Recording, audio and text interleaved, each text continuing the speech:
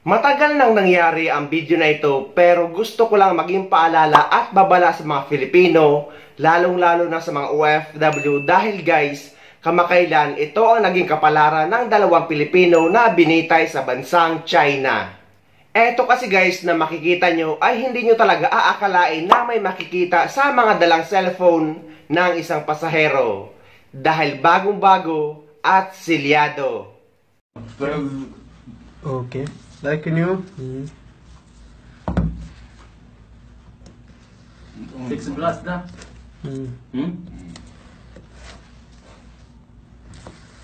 Okay. Ana salah No, open one.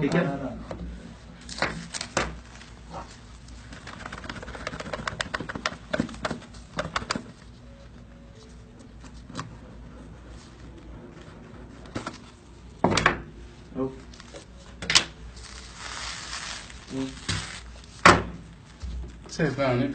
Okay.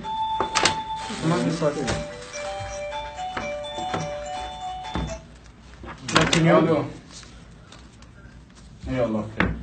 مين؟ سلطان جا؟ ها؟ يلا سلطان. كذا. How much this one? 1729. الحمد لله يوم اجى اخذ زبون من جد. طلعوها الحين طلعونا كلهم. Nobody touch any bag, okay? كيس قلت لكم عيب عليكم ما في صوت. حرام سكر والله. Stop the video.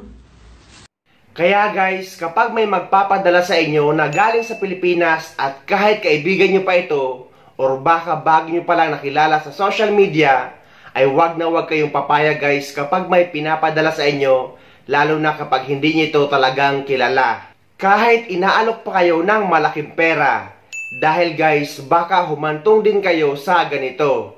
At ayon sa original post, ay nahatulan ng parusang kamatayan yung pasahero na may dala nito dito sa Dubai. Kaya guys, gusto ko maging paalala at babala ito sa mga kababayan kong OFW or lahat ng mga Pilipino na magta-travel papunta sa ibang bansa. Kahit may inaalok sa inyong pera guys, ay wag na wag kayong papayag. Dapat nga magduda na kayo kapag may inaalok ng malaking pera at may pinapadala sa inyong package. Isipin nyo na may laman itong kontrabando o kaya naman ay droga. Dapat lagi tayong mag-iingat guys para maiwasan nating mapahamak.